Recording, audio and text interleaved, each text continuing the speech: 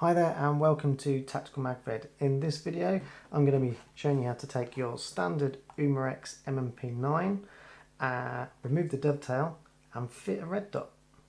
Check it out.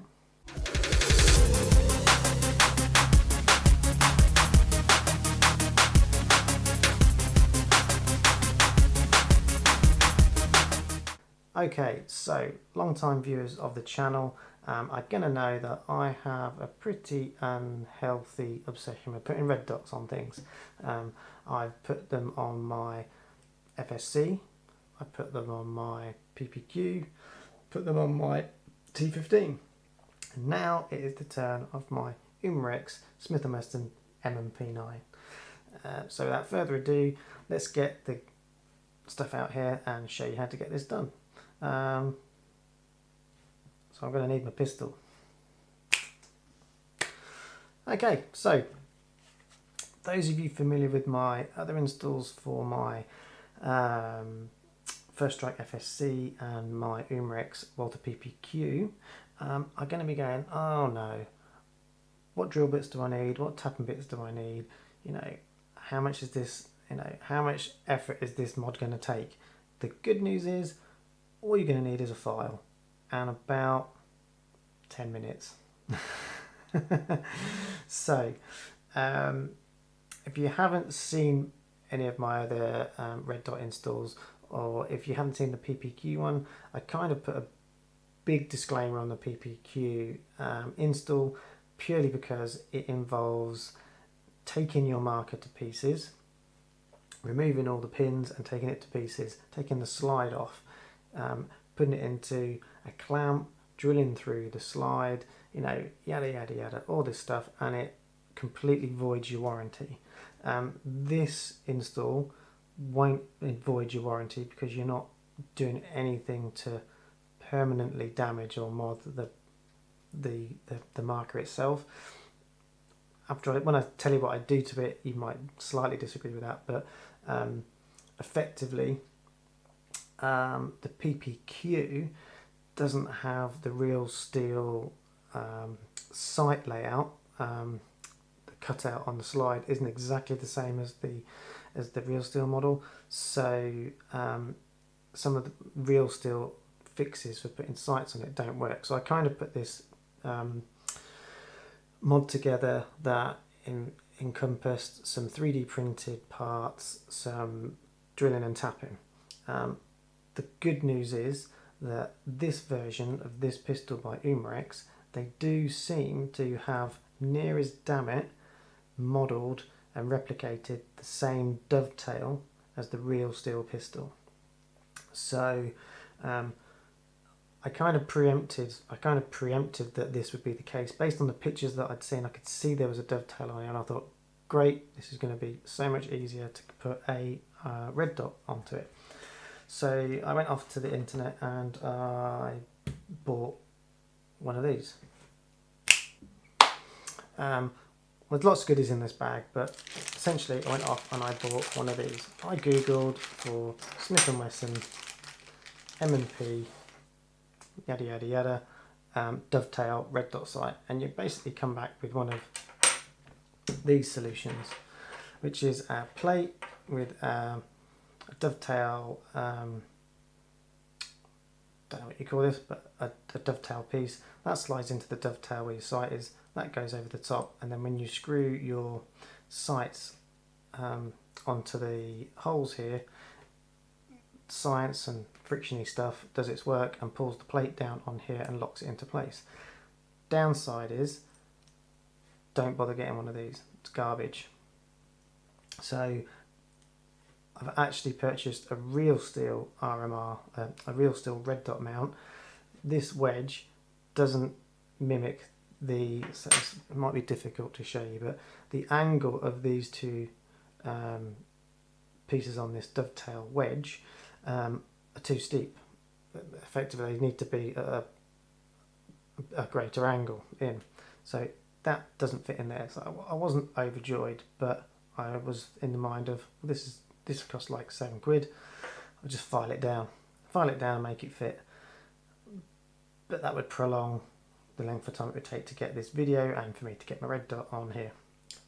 Couple that with this piece, the top piece, has a cutout on here, which on initial kind of investigation of it, I thought, well, that would marry up with the shape of the top of the slide. In actuality, when you put it on there, it's not all that it's not all that close. It sits quite high. When you put it on there, it sits quite high. It would probably need some filing down to make it fit. So I scrapped that version, and I thought to myself, who out there is making a decently priced RMR, a red dot dovetail mount for this particular pistol in the real steel world, and discovered this company, UTG, the UTG Super Slim RDM20 mount for Smith Wesson M&P rear sight dovetail. Exactly what it says on the tin. Designed for real steel application, so it shouldn't have any issues standing up to paintball gas blowback system. If you're interested in getting your hands on one of these, I will post links in the description, so check it out where you can get one. The good news is, if you're living in the States, you can pick these up from pretty much anywhere. You know, I think Amazon, eBay, and any outdoor retailer that sells parts like this for your pistols will probably sell one. In the UK, it's a bit trickier. So the nearest country that I could find that would be prepared to ship one of these out at it was a ridiculous cost, but at a less ridiculous cost than trying to get one over here from America, excuse me, was Italy.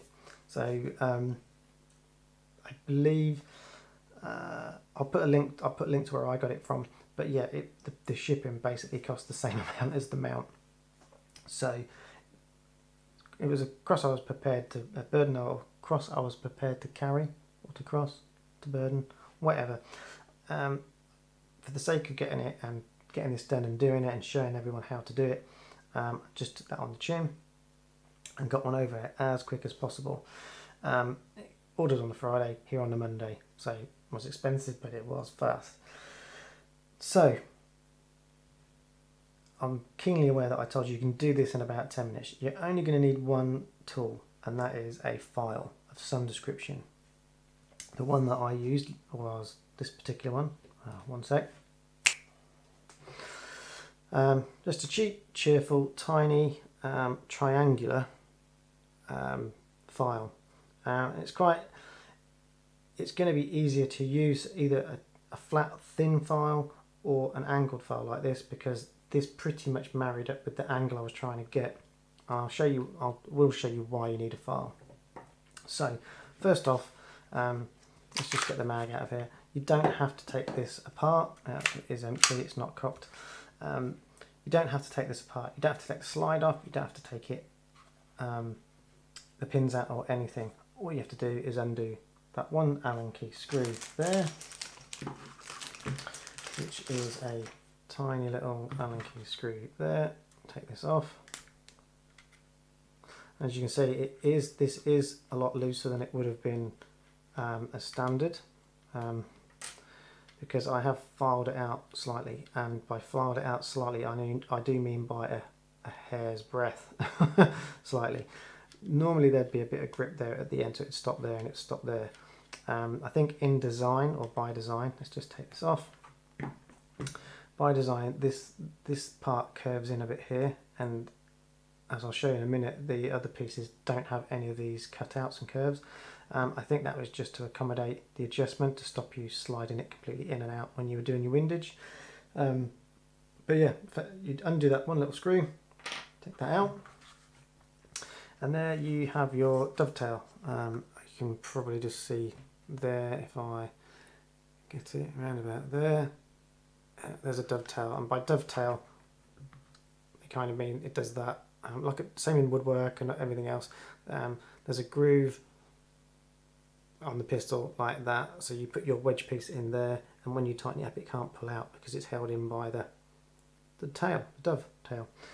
I'll quickly get that out and show you, but as you can see on the top here, there's some bits of paint that I've filed off and done a messing about, but effectively I did a slight shaving on that side like so, and a slight shaving on that side like so, to file down.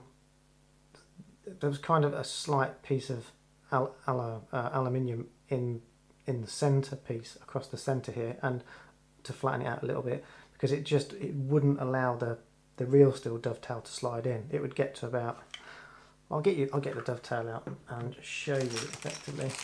So in this UTG kit, you get a Torx key, you get a dovetail, you get the plate itself with the UTG and number and everything on it, and then you get 3 of these screws. I've got 2 here because I'm only going to use 2, which pulls it all together, and I'll show you how to do it. So yeah, effectively, very, very gently and slowly file these edges down.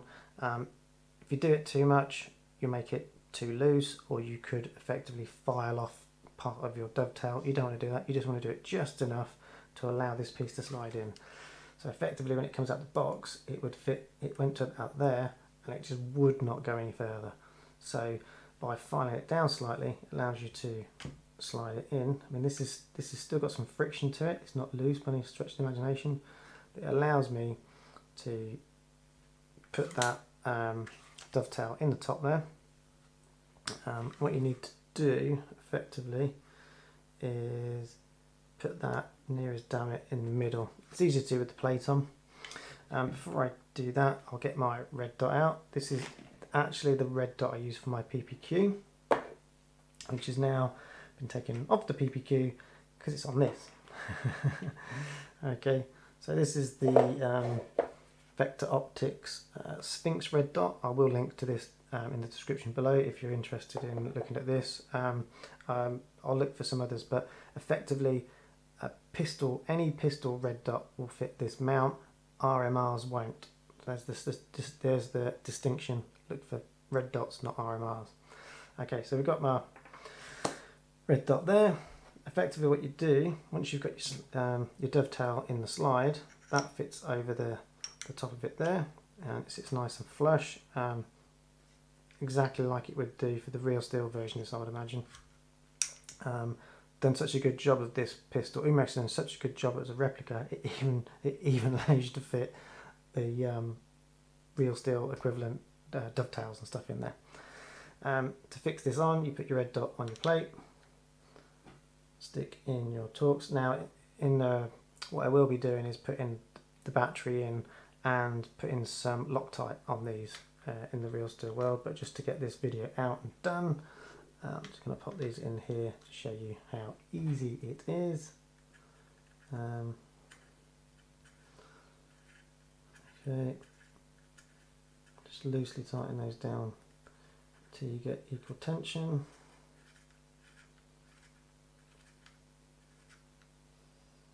Okay, so that's down to finger tight, and then all I'm really doing is going to take it down quarter turn past where I feel is tight. There is a torque setting that you're supposed to put these down to, but essentially in the real steel world, this would be held into a steel slide. This is an aluminium slide. I'm not going to force anything. I'm going to get it down as tight as I think it should go, or I dare put it, with some Loctite, and that will hold it in place. And there you have it. So, you know, you've got a nice solid, that's the slide rattling, but you've got a nice solid plate there.